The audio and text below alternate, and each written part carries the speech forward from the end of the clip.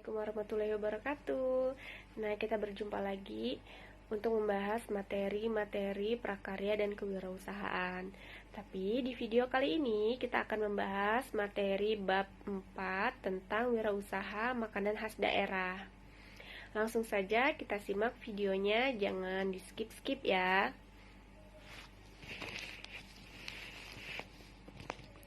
Oke, makanan khas daerah. Kita bahas dulu tentang negara Indonesia.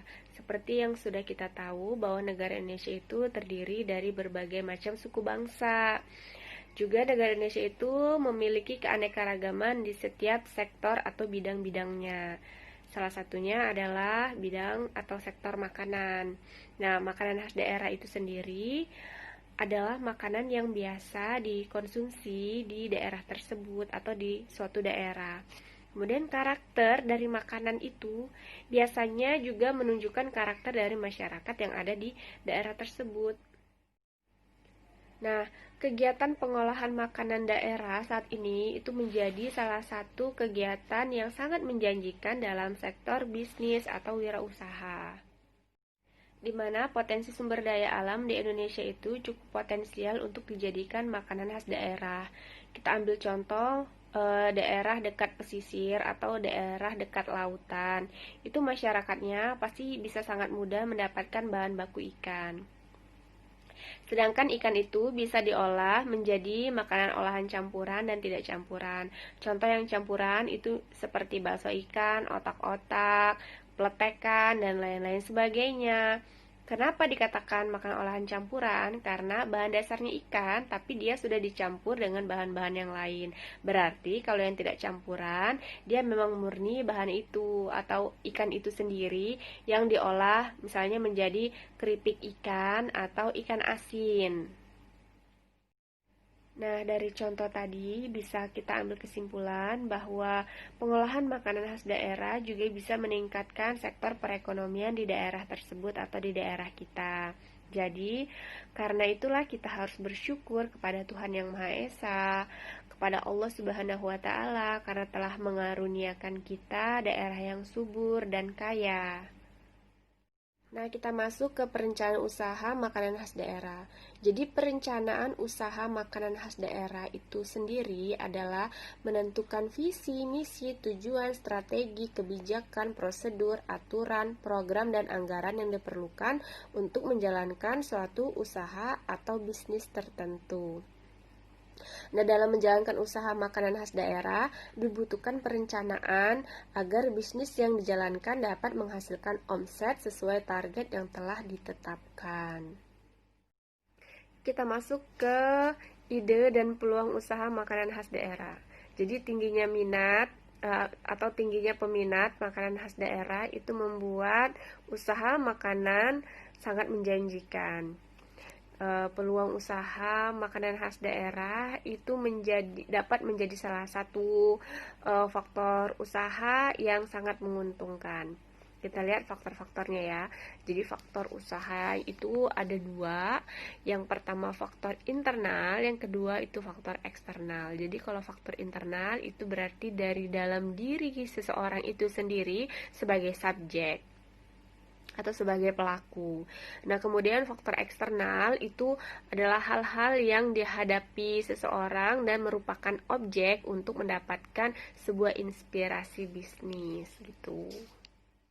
Nah, untuk melakukan usaha apapun itu, tentunya kita harus tahu prospek usaha yang akan dilakukan. Setelah kita tahu prospeknya, barulah kita menyiapkan sarana dan prasarana yang dibutuhkan untuk memulai suatu bidang usaha. Kemudian ada resiko usaha. Nah, setiap keputusan yang kita ambil untuk memulai sebuah usaha itu pasti ada resiko yang harus kita hadapi. Jadi, bagaimana caranya seorang wirausaha itu mengambil resiko terbaik untuk usahanya. Dan apabila masuk pada resiko terburuk, seorang wirausaha itu sudah bisa menghadapi gitu.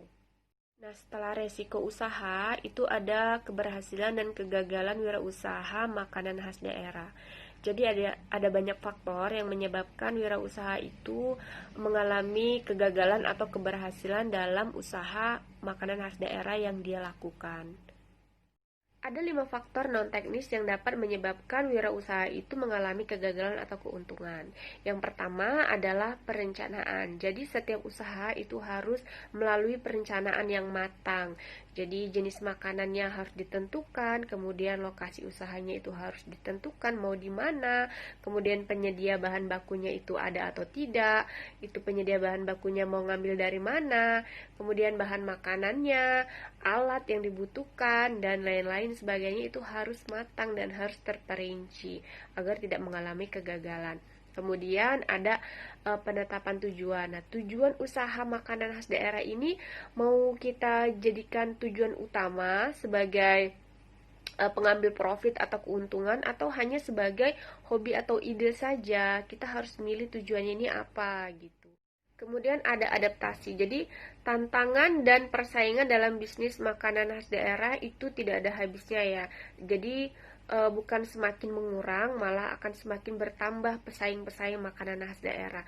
Jadi di sini wirausahawan itu sangat diperlukan kemampuan beradaptasinya, sehingga kemampuan beradaptasi atau kemampuan mengadaptasikan makanan atau olahan makanan yang dia geluti itu dapat menentukan keberhasilan atau kegagalan usaha yang dia geluti. Nah, kemudian inovasi. Jadi inovasi ini adalah hal atau faktor yang sangat penting untuk keberlanjutan usaha, wirausaha makanan khas daerah. Jadi seorang wirausahawan itu harus terus berinovasi untuk terus meningkatkan kualitas dari makanannya, baik itu dari rasa, penampilan dari makanannya, dan pelayanan, sehingga pembeli itu selalu tertarik untuk membeli produk dari wirausaha tersebut. Nah, yang terakhir adalah pemasaran atau memasarkan. Jadi, pemasaran atau memasarkan produk yang kita punya itu merupakan ujung tombak atau hal yang sangat menentukan usaha kita itu berhasil atau tidak. Tidak terkecuali pada usaha makanan khas daerah ini.